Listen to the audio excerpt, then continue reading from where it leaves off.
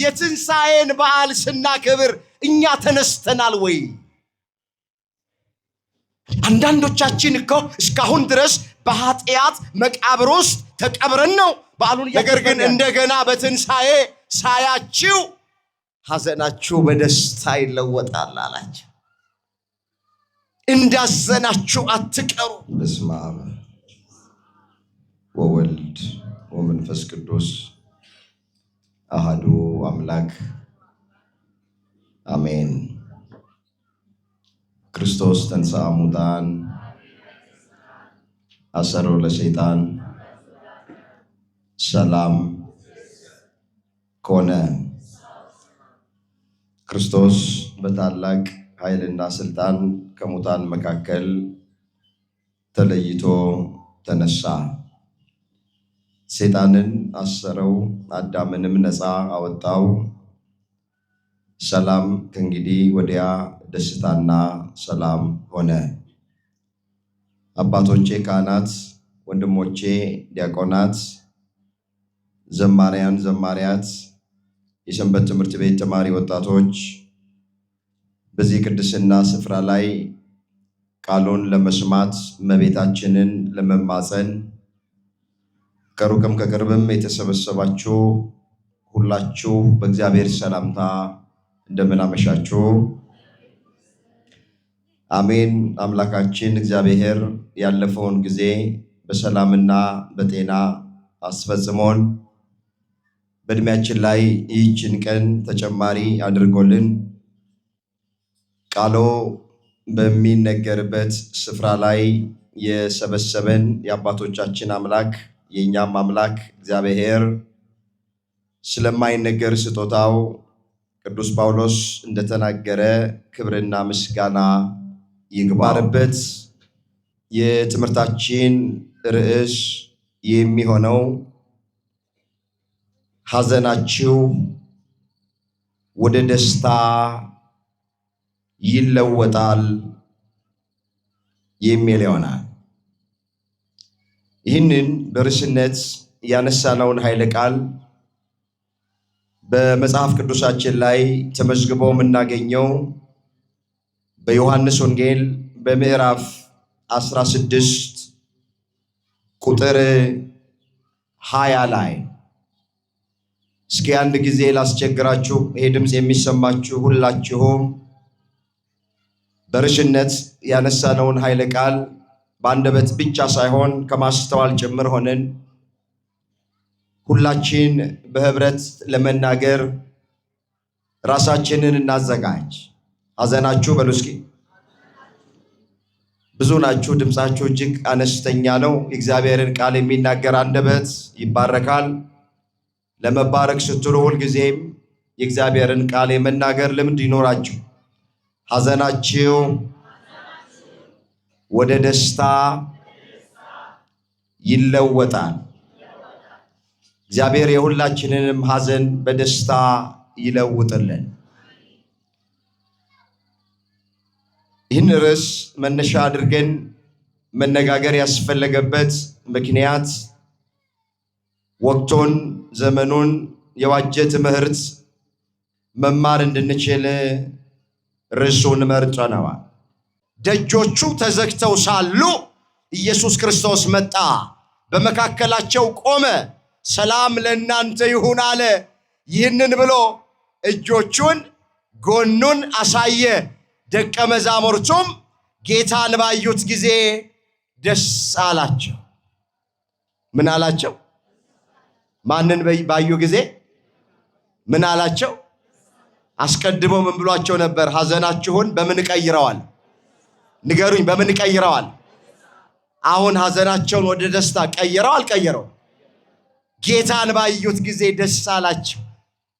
ከሙታን መካከል ተለይቶ ተነስቶ በተዘጋ ደጃፍ ውስጥ ሳይከፍት ገብቶ ሰላም ለእናንተ ይሁን ባላቸው ጊዜ፣ ትንሣኤውን በገለጠላቸው ጊዜ ወገኖቼ ደስ አላቸው። በዕለተ ዓርብ በጅራፍ ሲገረፍ ጎኑን በጦር ሲወጋ ጠቁሮ የነበረው ፊቱ፣ ወይቦ የነበረው ፊቱ አሁን በትንሣኤ ዕለት እንደ ፀሐይ ብርሃን አብርቶ ባዩት ጊዜ ደስ አላቸው። ሞቶ የነበረው ሕያው ሆኖ ባዩት ጊዜ ደስ አላቸው። ሐዘናቸው በደስታ ተለወጠ። እንባቸው ታበሰ። አፋቸው በሳቅ ከንፈራቸው በእልልታ ተሞላ። ታሪካቸው ተቀየረ። ክብር ምስጋና ለአምላካችን ለእግዚአብሔር ይሁን። የገባላቸውን ቃል በጊዜውና በሰዓቱ ፈጸመ። ሐዘናችሁን ወደ ደስታ እለውጣለሁ ብሎ ነበረ። የደቀ መዛሙርቱን ሐዘን ወደ ደስታ ምን አደረገው? ለወጠው። ወገኖቼ የእኛንም ሐዘን ወደ ደስታ መድኃኔዓለም በቸርነቱ ይለውጥልን። የነሱ ሐዘን መምህራቸውን ጌታቸው በተያዘ ጊዜ፣ በተሰቀለ ጊዜ፣ መከራ በተቀበለ ጊዜ ያዘኑት ሐዘን፣ እኛ ደግሞ አሁን በዚህ ዘመን ያለን ብዙ የምናዝልበት ነገር አለ። በኑሮ ጉዳይ የሚያዝኑ ሰዎች አሉ። በትዳራቸው ሰላም አጥተው የሚያዝኑ ሰዎች አሉ።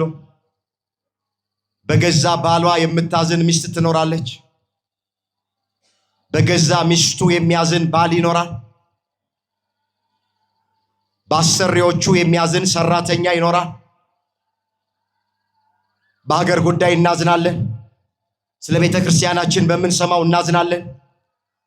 በገዛ ጓደኞቻችን የምናዝን እንኖራለን። የሥራችን ጉዳይ ተበላሽቶብን የምናዝን ሰዎች እንኖራለን። ፍትህ አጥተን በዚህ ጉዳይ የምናዝን እንኖራለን። በትዳር ውስጥ እየኖርን ልጅ ስላልተሰጠን በዚህ ምክንያት አንገት የደፋን ልባችን ያዘነብን ይኖራለን። ስንቱን ልተርክላችሁ። ሐዘናችን ይለያያል እንጂ ሁላችንም ሐዘንተኞች። እናቱን አጥቶ የሚያዝን ይኖራል። አባቱን አጥቶ የሚያዝን ይኖራል። እህቱን አጥቶ የሚያዝን ይኖራል። ወንድሙን አጥቶ የሚያዝን ይኖራል። ጎረቤቱን አጥቶ ስንቱን ልተርክ። ሐዘናችን ይለያያል እንጂ ሁላችንም ሐዘንተኞች። ቃሉን አስተውሉት። ሐዘናችሁን ወደ ደስታ እለውጠዋለሁ የሚል ነው። የደቀ መዛሙርቱ ሐዘን ብቻ አይደለም ወደ ደስታ የሚለወጠው የተለወጠው።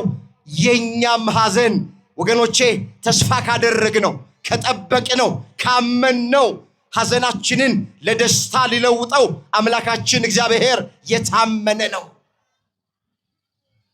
ግን ጥቂት ጊዜ በሕይወታችን ውስጥ እንደ ደቀ መዛሙርቱ የሐዘን ጊዜ፣ የለቅሶ ጊዜ፣ የመከራ ጊዜ፣ የጭንቅ ጊዜ ይኖራል። ኦርቶዶክሳውያን ይሄ ድምፅ የሚሰማችሁ አይዟችሁ። ደቀ መዛሙርቱ ሐዘናቸው ከሐሙስ እስከ ትንሣኤው ቀን ነው። ዓርብ ዕለት ሐዘንተኛ ነበሩ። ቅዳሜ ሐዘንተኛ ነበሩ። ቅዳሜ ሌሊት ለእሑድ አጥቢያ ግን ሐዘናቸው በደስታ ተለወጠ። በእኔና በእናንተ ሕይወት ውስጥም ዓርብን የምትመስል የሐዘን ቀን ትኖራለች። ቅዳሜን የምትመስል የሐዘን ቀን ትኖራለች። ታገሱ። ዓርብ ታልፋለች። ታገሱ። ቅዳሜ ታልፋለች። እሑድ ይመጣል። እሑድ ደግሞ ትንሣኤ ነው።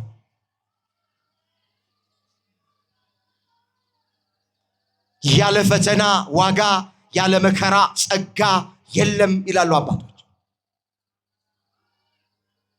የትንሣኤን በዓል ሲያከብሩ ደስ ይላል። የፋሲካን በዓል ሲያከብሩ ደስ ይላል። ከትንሣኤ በዓል በፊት ከፋሲካ በዓል በፊት ግን በዕለተ ዓርብ ጌታችን ኢየሱስ ክርስቶስ ብዙ መከራ ብዙ ስቃይ ተቀብሏል።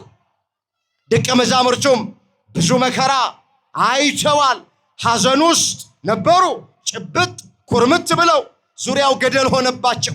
ቀኑ ጨልሞባቸው፣ ሰማይ ተደፍቶባቸው፣ ማጣፊያው አጥሯቸው ነበሩ። ከተያዘበት ሐሙስ ምሽት እስከተነሳበት ጊዜ ድረስ ሐዘን ላይ ነበሩ።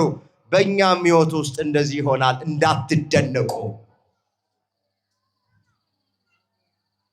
ከታገስን፣ ተስፋ ካደረግነው፣ በእምነት ከጠበቅነው ሐዘናችንን በሙሉ ወደ ደስታ መቀየር የአምላካችን እግዚአብሔር ይችላል። ዳዊት ምን ብሎ ነው የዘመረው? ቆይቼ እግዚአብሔርን ደጅ ጠናሁታል፣ እሱም ዘንበል አለልኝ አለ። እስኪ ቆይቼ በሉ።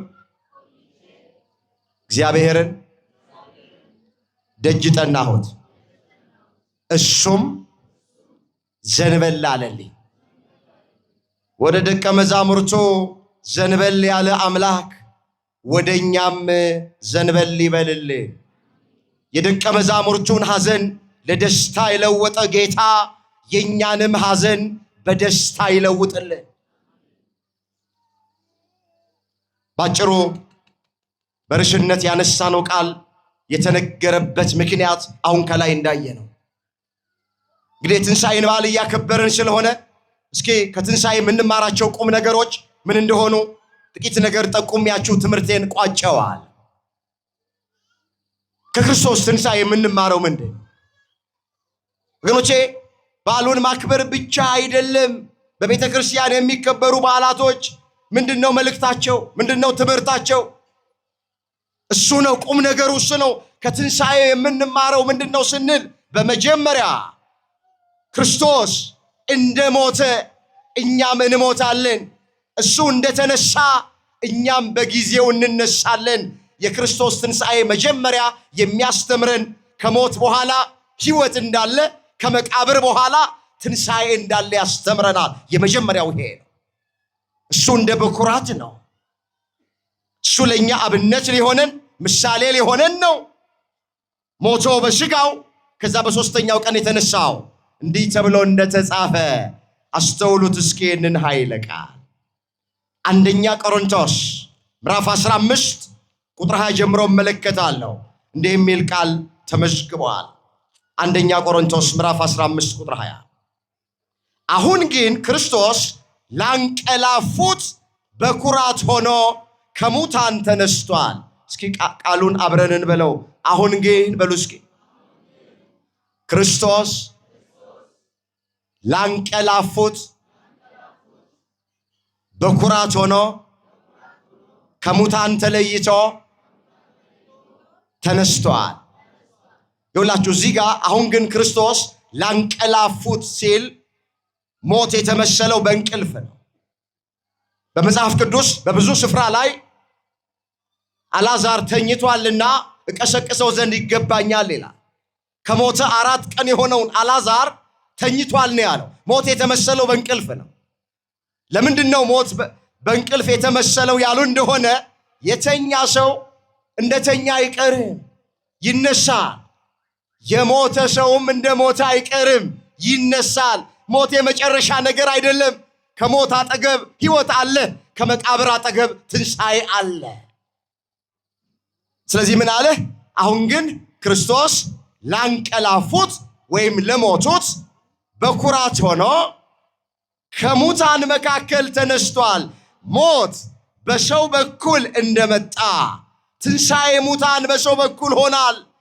ሁሉ በአዳም እንደሚሞት እንዲሁ ሁሉ በክርስቶስ ይነሳል። እስኪ ሁሉ በሉ። በአዳም እንደሚሞቱ ሁሉ ደግሞ በክርስቶስ ሕያዋን ይሆናል። ስለዚህ ሁላችሁ የክርስቶስ ትንሣኤ መጀመሪያ የሚያስተምረን ምንድነው ስንል እኛም ሞተን አንቀርም፣ እንነሳለን። ስለዚህ ከኛ ቀድመው ስላንቀላፉት እናቶቻችን፣ አባቶቻችን፣ ወንድሞቻችን፣ እህቶቻችን፣ ባልንጀሮቻችንን ተስፋ የመቁረጥ ሐዘን አናት። እናዝናለን፣ እናለቅሳለን፣ ልናጉረመረም እንችላለን። ሥጋ ለባሾች ስለሆንን፣ ደካሞች ስለሆንን ከእግዚአብሔር ጋር ልንከራከር እንችላለን፣ ምስኪኖች ስለሆንን። ነገር ግን ወደ እውነቱ ስንመጣ ተስፋ እንደሌላቸው እንደሌሎች እንዳታዝኑ አንቀላፍተው ስላሉት ይሄን እንድታውቁ እንወዳለን አለ ሐዋርያው ቅዱስ ጳውሎስ። ኢየሱስ ክርስቶስ እንደሞተና እንደተነሳ ካመናችሁ በክርስቶስ ኢየሱስ አምነው የሞቱትን እግዚአብሔር ያመጣቸዋል አለ። አንደኛ ተሰሎንቄ ምዕራፍ 4 ቁጥር 13 ላይ የተመዘገበ እግዚአብሔር ቃል። ቃሉን አስተውሉት። ወንድሞቼ ሆይ ብሎ ይጀምራል። ይህን አንድ ነገር እንድታውቁ እንወዳለን አለና ተስፋ እንደሌላቸው እንደሌሎች አንቀላፍተው ስላሉት ወይንም ሞተው ስላሉት እንዳታዝኑ። ኢየሱስ ክርስቶስ እንደሞተ ስለ ኃጢአተኞች እንደሞተ በሦስተኛው ቀን እንደተነሳ ካመናችሁ አለ በክርስቶስ ኢየሱስ አምኖ የሞቱትን ሙታን እግዚአብሔር አንድ ቀን ያስነሳቸዋል። ስለዚህ ከኛ በስጋ ስለተለዩት እናዝናለን፣ እናለቅሳለን። ግን ሐዘናችን ተስፋ የመቁረጥ አይደለም። የምንኖረው ወገኖቼ ለመሞት ነው። የምንሞተው ግን ለመኖር ነው። አሁን ሁላችንም እኮ እየኖርን ያለነው ኖረን ለመሞት ነው። 70 ዓመት እንኖር፣ 80 ዓመት እንኖር፣ ኖረን መሞታችን ግን አይቀርም። ስለዚህ ሰው የሚኖረው ሊሞት ነው። የሚሞተው ግን ለመኖር ነው። ከማጋ ለመኖር ንገሩኝ እንጂ ከማጋ ለመኖር። ከኛ ቀድመው ያንቀላፉት ወንድሞቻችን፣ አባቶቻችን፣ እናቶቻችን፣ እህቶቻችን ያንቀላፉት ወይንም የሞቱት ከእግዚአብሔር ጋር ለመኖር ነው። ይሄን ስናስብ ነው የምንጽናናው። ይሄን ስናስብ ነው ለበጎ ነው ብለን ሁሉን በጸጋ የምንቀበለው። ይሄን ስናስብ ነው ተስፋ የመቁረጥ ሐዘን የማናዝነው። የተወለደ ሁሉ ይሞታል። ከሞት የሚቀር ማንም ሰው የለም። ግን ክርስቲያን ግን የሚሞተው ከአምላኩ ጋር ለመኖር ነው። አምላካችን እግዚአብሔር ስለ ሞት ያለንን መረዳት፣ ስለ ሞት ያለንን ዕውቀት እንድናስተካክል ሁላችንን በቸርነቱ ይርዳ። ድሮ እኛ ሞት የሚመስለን አፈር ነው። ሞት የሚመስለን መቃብር ነው። ሞት የሚመስለን ጨለማ ነው። ሞት የሚመስለን ሲኦል ነው። ለክርስቲያኖች ሞት አፈር አይደለም። ለክርስቲያኖች ሞት ጉድጓድ አይደለም። ለክርስቲያኖች ሞት ጨለማ አይደለም። ለክርስቲያኖች ሞታቸው ጥቅማቸው ነው። ምን አለ ሐዋርያው ቅዱስ ጳውሎስ? ለኔ ሕይወት ክርስቶስ ሞትም ቢሆን ጥቅም ነው አለ። ፊልጵስዩስ ምዕራፍ 1 ቁጥር 21 ላይ እስኪ ቃሉን አብረን እንበለው። የእግዚአብሔር ቃል ነው። የእግዚአብሔርን ቃል የሚናገር አንደበት ይባረካል። ለመባረክ ስትሉ ከኔ ቀጥላችሁ እስኪ ተናገሩ። ለኔ ሕይወት በሉ እስኪ። ያልተናገረ ሰው አለ? ለኔ ሕይወት ክርስቶስ ሞትም ቢሆን ጥቅም ነው። ለክርስቲያኖች ሞት ምናቸው ነው? ጥቅማቸው። እንዴት ነው ጥቅማቸው የሚሆነው? ከዚህ ዓለም ውጣ ውረድ ማረፊያቸው ነው። ወደ እግዚአብሔር የምንሸጋገርበት መንገድ ነው። ከአምላካችን ከእግዚአብሔር ጋር የምንኖርበት ነው። ምን አለ ዝቅ ብሎ ሐዋርያው ቅዱስ ጳውሎስ? ልሄድ ከክርስቶስ ጋር ልኖር እናፍቃለሁ፣ ከሁሉ ይልቅ እጅግ እንደሚሻል አውቃለሁ። መኖሬ አላቸው ለእናንተ ጥቅማችሁ ነው አለ። ለምን? ሲያዝኑ በወንጌል ያጽናናቸዋል። ሲጨነቁ በቃሉ ያጽናናቸዋል፣ ያረጋጋቸዋል። ተስፋ ሲቆርጡ በቃሉ የተቆረጠባቸውን ተስፋ ይቀጥላል። መኖሬ አለ ለእናንተ ጥቅም ነው። እንደኔ ግን አለ ብሄድ ይሻለኛል። የሚሄደው አለ ከክርስቶስ ጋር ልኖር ነው አለ። የሞት ትርጉም ይሄ ነው። መጽሐፍ ቅዱስ ከክርስቶስ ጋር ለመኖር ነው የምንሄደው። እዚህ ምድር ላይ እግረ መንገድ ነው የምንኖረው። ሀገራችን በሰማይ ነው። የዘላለም መኖሪያችን እግዚአብሔር ነው። ሀገራችን በሰማይ ነው እንዳትረሱ። ከኛ በፊት ያንቀላፉት ወገኖቼ ወደ ሀገራቸው ሄደዋል። እኔና እናንተም ጊዜያችንን እንጠብቃለን። ዛሬ ምሽት የሚጠሩ ሰዎች አሉ። ከወር በኋላ የሚጠሩ ሰዎች አሉ። ከዓመት በኋላ የሚጠሩ ሰዎች አሉ። እንዳትዘናጉ። ከኛ ቀድመው ያንቀላፉት ምሳሌ አብነት ሊሆኑን ይገባል። አንዳንዶቻችን 5 እና 10 ዓመት እናቀዳለን። እዛ መድረሳችንን በምን እርግጠኞች ነን? መጽሐፍ ቀን የሚያመጣው ምን እንደሆነ አታውቅምና ነገ በሚሆነው አትመካ ይላል። ወጥቶ መግባት የለም፣ ተቀምጦ መነሳት የለም። ዘመናችን አጭር ነው። ተዘጋጅቶ መኖር ነው። ብዙ ጊዜ ወንጌል ተሰብከናል። እንግዲያውስ መምህራን እየተመረጡ እነከሌ ይመጣሉ እየተባለ ማስታወቂያ እየተለጠፈ ዛሬም ሕይወታችን የብዙዎቻችን እዛው ነው ያለው።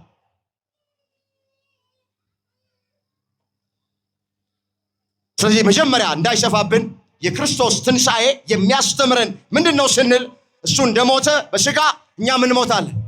ሁሉ በአዳም እንደሚሞቱ አዎ ሁላችን እንሞታለን። ሁላቸው በክርስቶስ ደግሞ ይነሳሉ አለ። ክርስቶስ ሞትን ድል አድርጎ እንደተነሳ እኛም ሞተን ፈርሰን በስብሰን አንቀርም፣ እንነሳለን። ይሄ የሚበሰብሰው የማይበሰብሰውን ይለብሳል። ይሄ የሚሞተው ሥጋችን በትንሣኤ ጊዜ የማይሞት ሌላ ሥጋ ለብሶ ይነሳል። እግዚአብሔር ለዛ ክብር ሁላችንን ያብቃ። እንዲህ ይላል ሐዋርያው እዚህ 1 ቆሮንቶስ ምዕራፍ 15 ቁጥር 52 ጀምሮ አነበዋለሁ። እንደዚህ ይላል። አሁን አንድ ምስጢር እነግራችኋለሁ አለ። አንድ ምን እነግራችኋለሁ? አንድ ምስጢር እነግራችኋለሁ። ሁላችን አናንቀላፋም፣ ነገር ግን የኋለኛው መለከት ሲነፋ ሁላችን በድንገት በቅስፈት ዓይን እንለወጣለን አለ። መለከት ይነፋል፣ ሙታንም የማይበሰብሱ ሆነው ይነሳሉ። እኛም እንለወጣለን። ምን እንላለን? እኛም እንለወጣለን። እንዴት እንደምንወልድ ዝቅ አድርጎ ይዘረዝረዋል። ለውጣችን ምን አይነት ለውጥ እንደሆነ ይህ የሚበሰብሰው የማይበሰብሰውን ሊለብስ ይገባዋል። ይህ የሚሞተው የማይሞተውን ሊለብስ ይገባዋል። እንነሳለን ስንል ይሄ የሚሞት ስጋችን ወገኖቼ፣ ፈራሽ በስባሽ የሆነ ስጋችን የማይሞት የማይበሰብስ ለብሶ ይነሳል፣ በክብር ይነሳል። ለዘላለም ከእግዚአብሔር ጋር ለመኖር ይነሳል። እግረ መንገድ ትንሣኤ ሁለት አይነት ነው። አንደኛው የክብር ትንሣኤ ነው። ሁለተኛው የሐሳር ትንሣኤ ነው።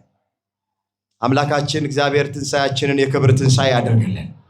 ከፍርድ ትንሣኤ ሁላችንን ይጠብቃል። ባጭሩ የመጀመሪያው ከክርስቶስ ትንሣኤ የምንማረው እሱ እንደተነሳ እኛም መጨረሻ ላይ እንነሳለን። መጽሐፍ በመቃብር ያሉ ሁሉ ድምፁን የሚሰሙበት ሰዓት ይመጣል። መልካም ያደረጉ ሰዎች የሕይወት ትንሣኤ፣ ክፉ ያደረጉ ሰዎች ለፍርድ ትንሣኤ ይነሳሉና በዚህ አትደነቁ ተብሎ ተጽፈዋል። ወደ ሁለተኛው ልሄድ። ከክርስቶስ ትንሣኤ ምን እንማራለን?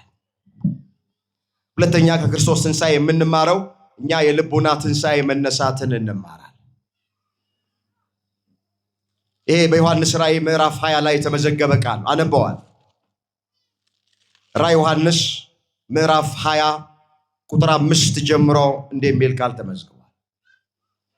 የፊተኛውን ትንሣኤ በፊተኛው ትንሣኤ እድል ያለው ሰው ብፁዕና ቅዱስ ነው።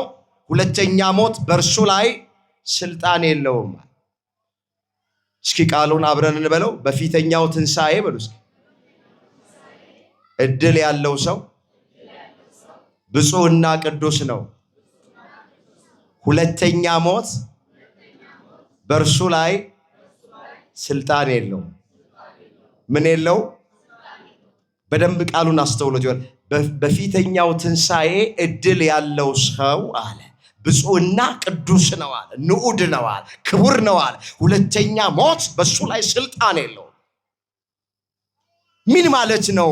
በፊተኛው ትንሣኤ እድል ያለው ማለት የፊተኛ ትንሣኤ የተባለው የቱ? አንዳንድ ሰዎች ይህን ቃል በመጥቀስ ሰው ሁለት ጊዜ ነው የሚሞተው፣ ሁለት ጊዜ ነው የሚነሳው የሚሉ ሰዎች።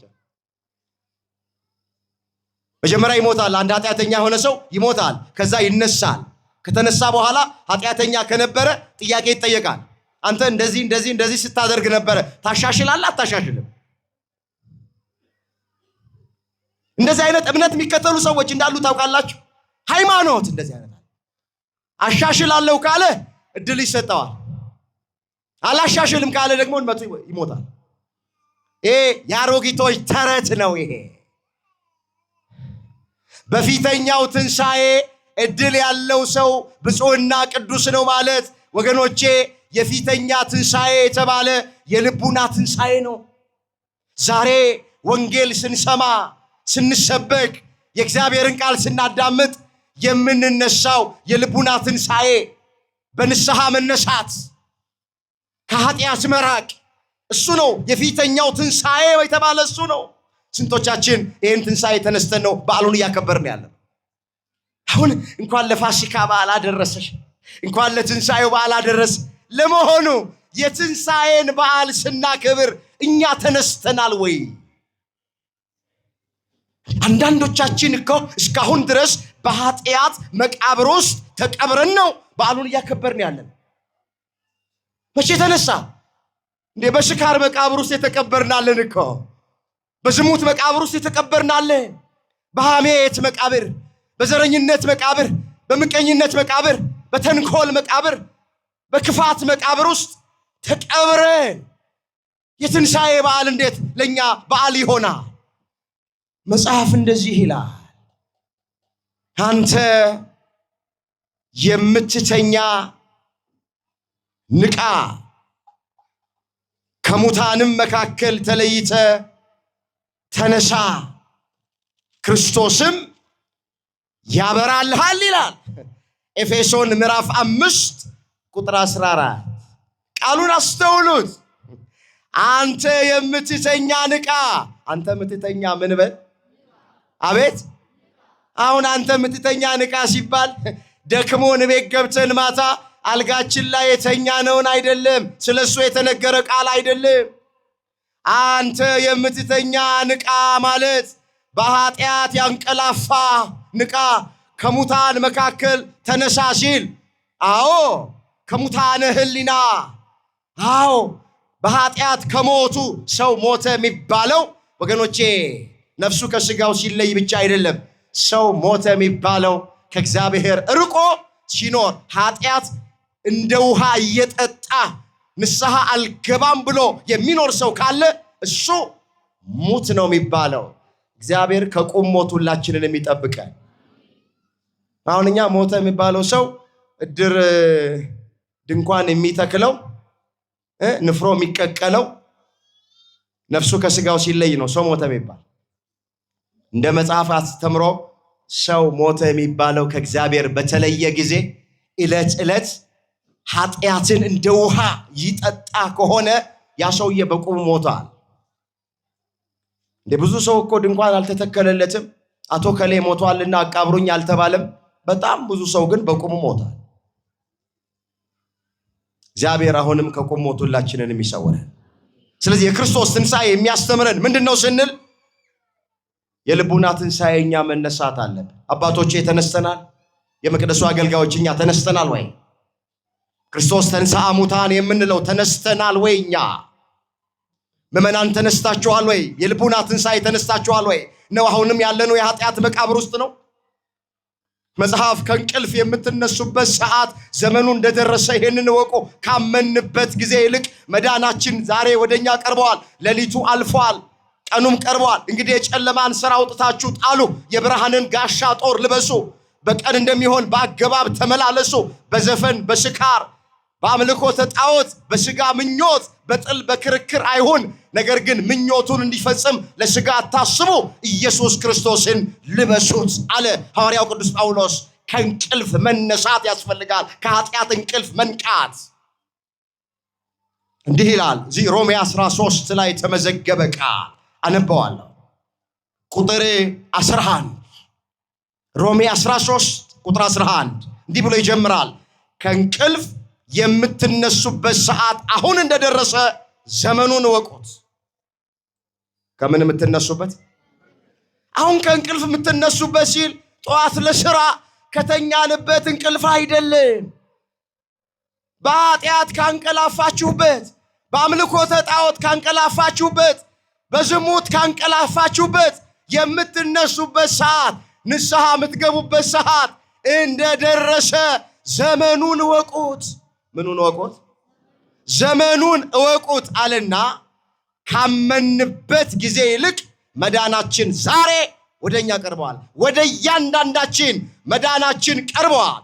አባቶቻችሁ የሚደክሙት ወንጌል የሚሰበክ ጉባኤ የሚሰራ ወገኖቼ እኛ እንድንድን ነው፣ ከውድቀት እንድንነሳ ነው። ጉባኤ እልል ብሎ አጨብጭቦ ለመለያየት አይደለም። ዛሬ የተማርነው ትምህርት አዳንቆ ለመሄድ አይደለም። መዳናችን ወደ እያንዳንዳችን ቀርበዋል። መጽሐፍ ምን ይላል? በተወደደ ሰዓት ሰማሁ፣ በመዳን ቀን ረዳሁ። የተወደደ ሰዓት አሁን ነው፣ የመዳን ቀን አሁን ነው። ወገኖቼ የመዳን ቀን አሁን ነው የሚልበት ምክንያት ከጥቂት ደቂቃ በኋላ ምን እንደሚሆን አይታወቅም። ጊዜያችሁን ተጠቀሙ፣ ቀጠሮ አትስጡ።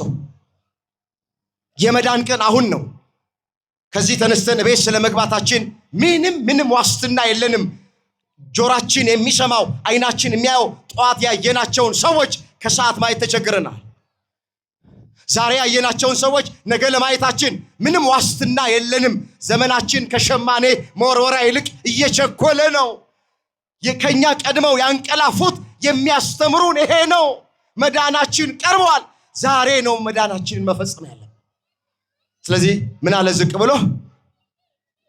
አስተውሉት ቃሉን። መዳናችን ዛሬ ወደኛ ቀርቧል አለና ሌሊቱ አልፏል ቀኑም ቀርቧል አለ። እንግዲህ የጨለማውን ሥራ አውጥታችሁ ጣሉ አለ። የብርሃንን ጋሻ ጦር ደግሞ ልበሱ አለና የጨለማውን ሥራ እንዲያርጎ ይዘረዝረዋል። በዘፈን፣ በስካር፣ በዝሙት፣ በመዳራት፣ በክርክር፣ በቅናት አይሁን አለ።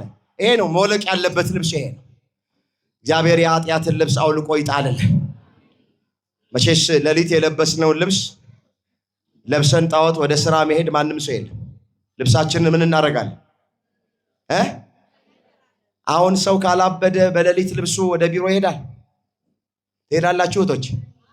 ኧረ አይኬድም። አበደች ነው የሚሉን። አያችሁ፣ ልብሱን ቀይሩታል። የጨለማውን ልብስ ቀይሩት። የብርሃን ልብስ ልበሱ። ኦርቶዶክሳውያን ልብሳችሁን ቀይሩ።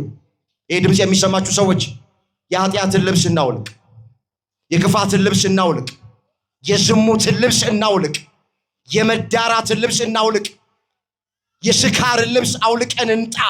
የምቀኝነት፣ የክፋት፣ የዘረኝነት ልብስ እናውልቅና እንጣል። ያኔ ትንሣኤ ለእኛ ትንሣኤ ይሆናል። ያኔ ተነስተን ነው በዓሉን ያከበርነው ማለት ይቻላል እንጂ እኛ ተቀብረን በኃጢአት መቃብር ውስጥ እንዴት ነው ለእኛ ትንሣኤ? እንዴት ነው ለእኛ ፋሲካ የሚሆነው? እግዚአብሔር የልቡና ትንሣኤ እንድንነሳ ሁላችንን በቸርነቱ ይርዳል። የመጨረሻ ከክርስቶስ ትንሣኤ የምንማረው ክርስቶስ ተቀብሯል፣ በሦስተኛው ቀን ግን ተነስቷል። በሕይወታችን የተቀበሩብን ነገሮች ካሉ በትዕግስት እንጠብቅ። ሁሉም ትንሣኤ አላቸው። ሁሉም ነገር ትንሣኤ አላቸው። በትዕግስት ሆናችሁ ጠብቁት። ምንድን ነው የተቀበረባችሁ? በረከት ነው? ፍትህ ነው? ሰላም ነው?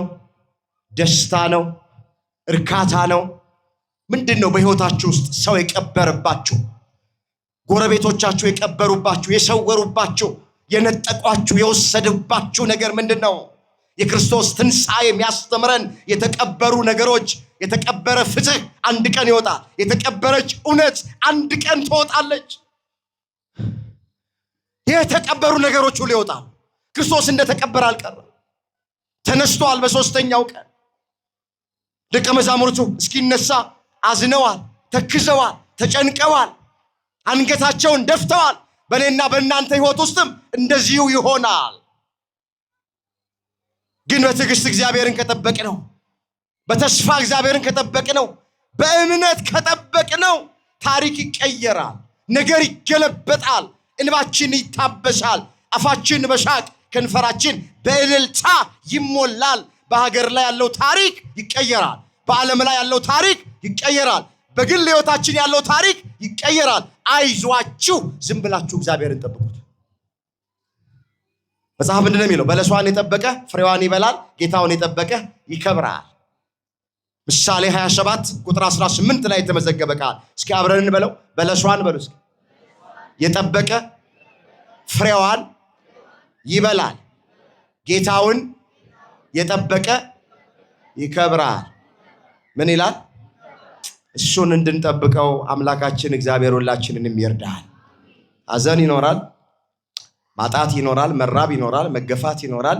እንዳትደነቁ፣ ጠብቁት፣ ታሪክ ይቀየራል። አንድ ቃል አንብቤ ትምህርቴን በዚሁ እጠቃልለዋል። ዳዊት በመዝሙር 29 ቁጥር 5 ላይ የተናገረውን ቃል አይቼ ጨርሳለሁ። እንደዚህ ይላል፣ ቁጣው ለጥቂት ጊዜ ነው ብሎ ይጀምራል።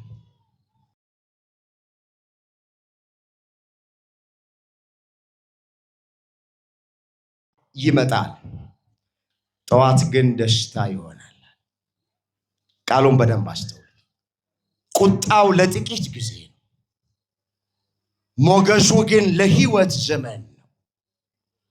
ማታ ለቅሶ ይመጣል፣ ጠዋት ግን ምን ይሆናል?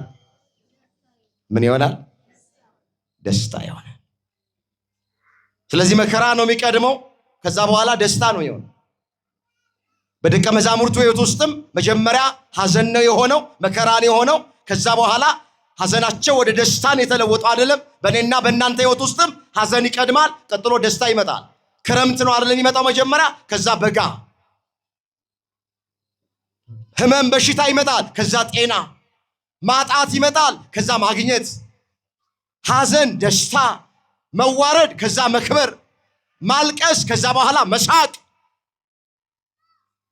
መጽሐፍ ቅዱስን ስናነብ ከብርሃን በፊት የተፈጠረው ጨለማ ነው። ጨለማ መጀመሪያ ተፈጠረ፣ ከዛ ብርሃን።